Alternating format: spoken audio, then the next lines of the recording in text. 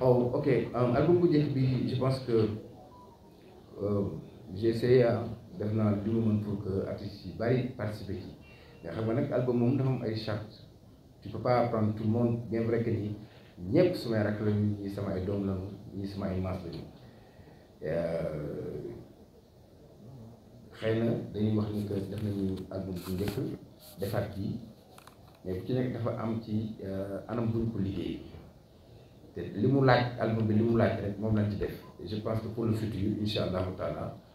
on aura l'occasion de faire d'autres featuring avec d'autres artistes yoo xam ne que ñoom ñëpp samay xarit lañu sama ay rakk lañu mais album bi lii la laajoon bële loolu la laajoon def nañ ko ci bii aussi lii la laaj ñu def ko ci. il faut pas vous tromper ah Lemzo Diamono dafa am Lemzo Diamono authentique ah xala nga dégg ok Lemzo Diamono authentique xam nga kan la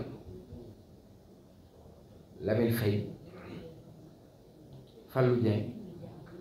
il faut que déglu ma ne yaa me posé question je disais Lemzo Diamono authentique c'est Lamine Faye Fallou Dieng Madaba Salam Diallo Moustapha Faye Ma Anta Faye Ibou Konaté Sanu Diouf Grand Fall Aliou Mbaye Nder Moussa Traoré Aliou Faye loolu mooy Lemzo Diamono bi Fallou bàyyee Lemzo Diamono continue ci la Amath Samb ñëw fekk si ma Lemzo Diamono ma bàyyi man Lemzo Diamono Lamine Faye di wuti ku mën a way comme Aliou Mbaye Nder di wuti ku yu xaw a yor baat comme Aliou Mbaye Nder daf kas si ci la Pape Diouf duggee Lemzo Diamono ma ne man maa moom yaru naa ak set si ma Lamine ni moo ko moom parce que moo ko musique te il faut mu am ku am voix Aliou Mbaye Nder mu def casting Pape Diouf gagné di way yaru naa ci Lemzo Diamono ak set si ma man may way yaru naa ci set si ma groupe ak set si ma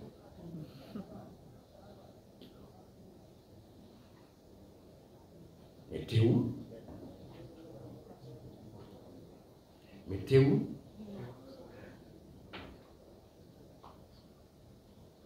bi album taxawee ñu war ko def mu woon album Lemzo Diamono c'est sama groupe moo doon def album te boo jëlee Lemzo Diamono nga jël ci Fallou mais mën na symboliser ñi mën na jëmal ñi ci des Saram néew fi woon je l'ai même appelé il n'était pas là dafa tukki woon Pape Diouf moom la njëkk woo téléphone ne ko allo my boy mun ko damay def album te dama la ci sentir yow laa bëgg nga njëkk a way ci album bi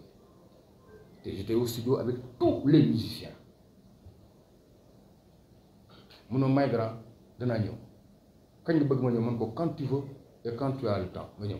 moom mooy je vais venir vendredi il n'est pas venu j'ai appelé diw ak diw mais comme tu as parlé de Lemzo Diamono tu as cité le Pape Diouf Madaba je l'ai appelé Madaba c'est ma nièce il m'a dit tonton noo def noonu la mais encore une fois c'était pas l'album de Lemzo Diamono sinon je l'ai appelé Lamine. Non, c'est juste une question. Pourquoi pas ñu indiwaat le retour de Lemzo Diamono à travers album Aliou Mbaye Nder.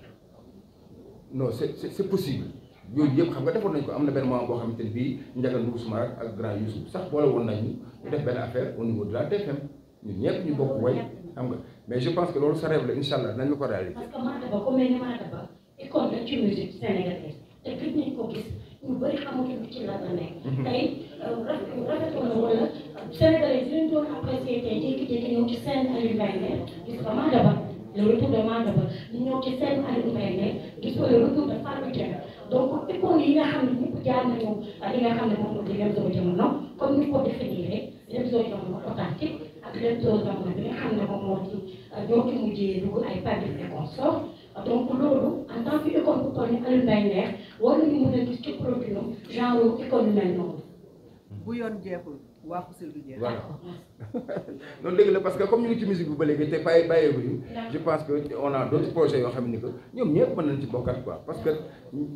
bëgg nañu way ak man lii daal 2.0. d'accord merci beaucoup. ay génération parce que dafa dem du jóge analogique mooy ba cassette daan am jàll ci CD amatul ñu dem ci numérique ñoom YouTube ak ñoom seet vous voyez et que léegi la musique est disponible sur les plateformes digitales et ci anam bu ne ñu dem aussi ba musique sax aujourd'hui l'intelligence artificielle di ko def tey jii yow mii taxaw di wax poser question mën na la jël jox la voix Aline Mbaye Nder nga way ay way Aline Mbaye Nder ce qui veut dire qu'il faut faire avec mais il faut faire attention pour ne pas aussi dénaturer ce que l'humain fait et utiliser l'intelligence artificielle intelligemment pour parfaire parce que àdduna day dox donc àdduna bu doxee il faut que ñun ñii ñëpp ñi nga xam ne dañ nekk ci àdduna li nga xam ne dafa gën ca la àdduna di produire ci lu baax ñu jël lu baax la ca baaxul ñu teg ko ci gannaaw donc c'était l'information que je voulais donner. exactement voilà. Parce que affaire bi fii la jëm waaw affaire bi fii la jëm quoi donc on venait à bien répondre et je pense que nit ki da ngay am flair jamono buy dox rek da ngay jëm a dox ànd ak moom par rapport ak li nga xamante ni xewoon mais ci lu baax bi et je pense que fii la affaire bi jëm moo tax normalement ay le 10 mai laa war def grand théâtre incha allahu taala donc ay booy le 5 dama war a dem ci weer yi. dama war a voyager. dama war a voyager. kon il faut nga tàggu Elon Musk de. ah Elon Musk. non Elon Musk moo dama koy tàggu ba pare non j'ai déjà parlé. copilote de la rek. ah copilote waaw suma copilote jaay waaw donc Salam ak Fallou il faut que ñoom it ñu wax vraiment par rapport ak li ñu dégg ak aussi sama diggante ak ñoom Fallou waaw vraiment. question mooy. mooy affaire album oh xam nga nag album man xam nga la moom a neex booy Sénégal moom dafa neex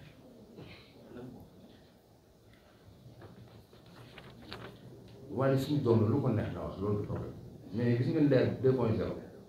dama nga déglu ko parce que am na importance trop par rapport ak fi ñu bëgg musique sénégalaise gën fa dem donc je pense qu'aujourd'hui man je me vois très très mal di wax sax ci samay rakk yi sama ay doom lañu donc ku ci nekk da ngay am yëg-yëg wax li nga xamante ni moom nga sentir et voilà c'est nekk mën nga wax li nga bëgg a wax loolu du problème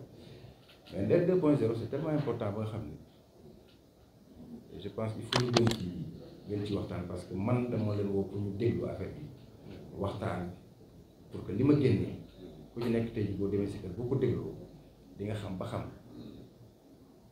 affaire bi am na évolution wala amu ko donc loolu moo waroon tey jii waxtaan bi c'est vrai que ku nekk nag mën nga poser question mais vraiment waxtaan bi moom tey jii da ko umb moom du ma sàmb du ma demba lii daal lañ bëggoon ñu waxtaan ci vraiment pour xool nag ngeen di fexe yéen ba boosté ma affaire bi quoi parce que man li ma man mooy génn ko jox leen li jësee mooy ngeen consommé ko te wax ma nan la mel pour bu ëllëgee ma xam fan lay jaar c'est ça Fadel Papa Ndiaye loo bëgg a wax. da nga am problème ci sa biir néegu sëy moo xam kàttan bu néew la wala manqué man yu wala sax jafe-jafe yi gaaw a daanu seen gam kàttan nag dafa ñëw pour saafara leen bépp tawat bu nga di jàkkoonteel ci seen néegu sëy ku bëgg ci gam kàttan boobu da ngay woote ci 77 490 09 20 ak seen gam kàttan jàngoro yi sëy dafa jeex tàkk ci même réew.